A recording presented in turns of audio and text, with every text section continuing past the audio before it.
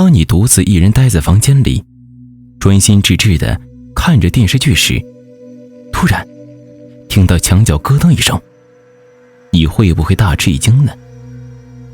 继而你的余光瞥见一个黑影迅速闪过，这个黑影似人非人，似怪非怪，你会感到害怕吗？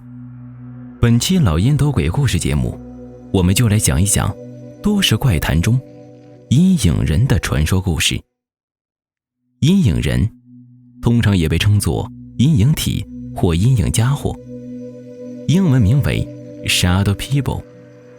他们被定义为隐匿在暗处并以暗色轮廓出现，具有超自然能力的人形生物。阴影人的性别大部分为男性，个性羞怯，品行难定，有的爱好捣蛋，而有的则充满恶意，爱好破坏。唯一可确定的是，这些阴影人都拥有极高的移速，甚至还拥有穿越固体的能力。阴影人的传说由来已久，据说可以追溯到公元前，但是真正进入人们的视野还是现代广播电视以及互联网兴起之后。根据各种资料记载，在各个年份以及各种地区都有阴影人的身影。1983年，在俄罗斯列宁区的圣诞镇，2名青年拿着照相机来到户外，想拍摄黄昏降临时的景色。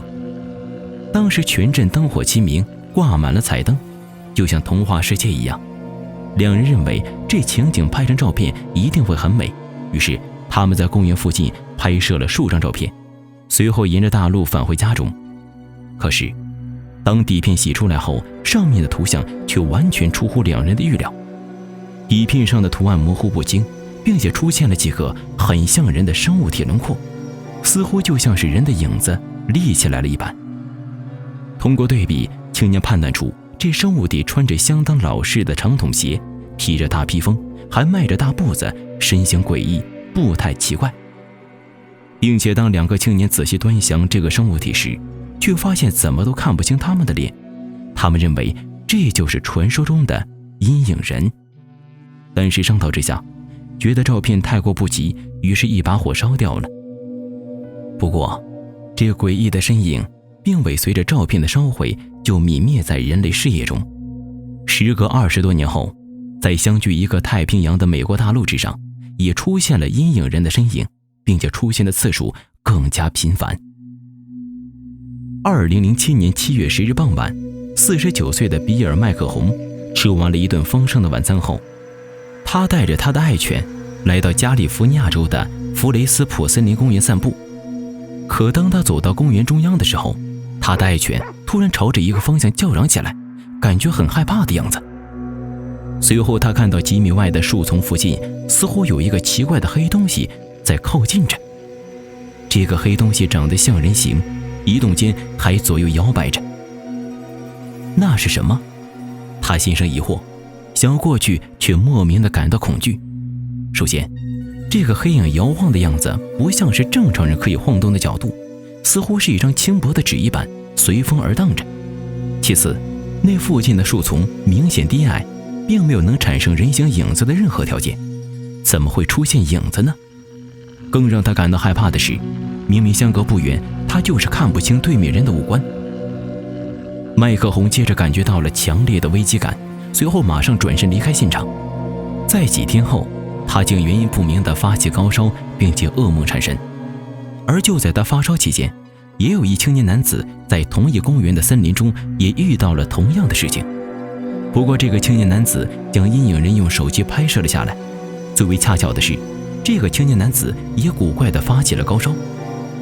难道说阴影人有能够使人高烧的特殊能力吗？答案是不尽然的。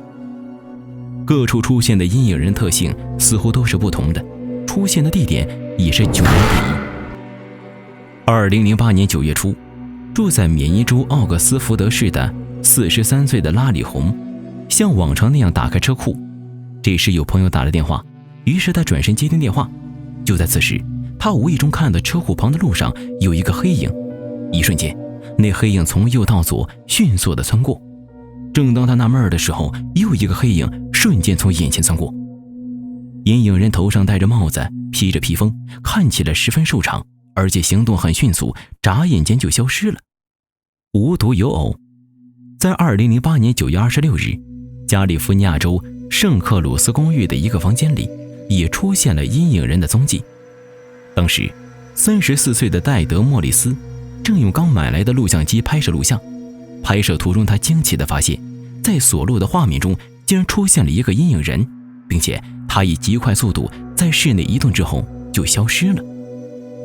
为了仔细观察所拍摄的阴影人，莫里斯将所录的画面慢慢重放，可让他意想不到的是，那影子人居然是个小个子女人。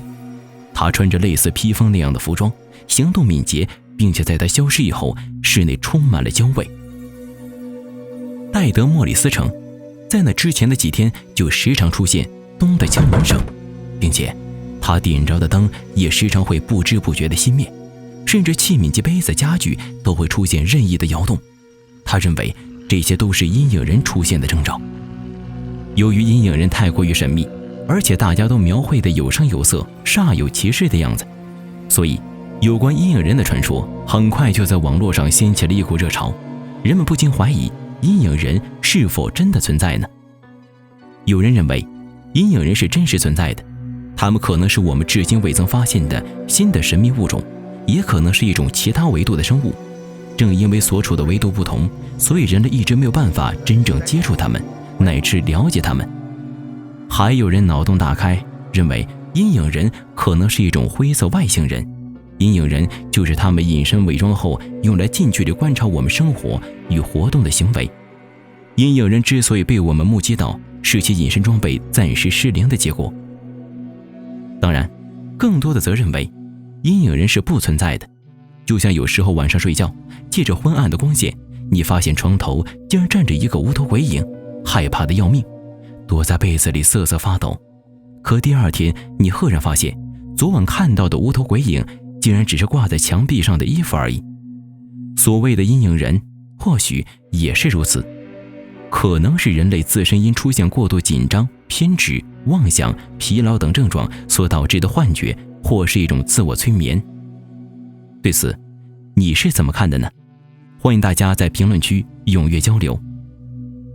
最后，对类似未知神秘生物传说感兴趣的朋友，可以关注我的官方公众号老烟斗，注意是拼音老烟斗，回复神秘生物，获取地球10大未知生物排行榜。好了，本期视频到此结束，咱们下周不见不散吧。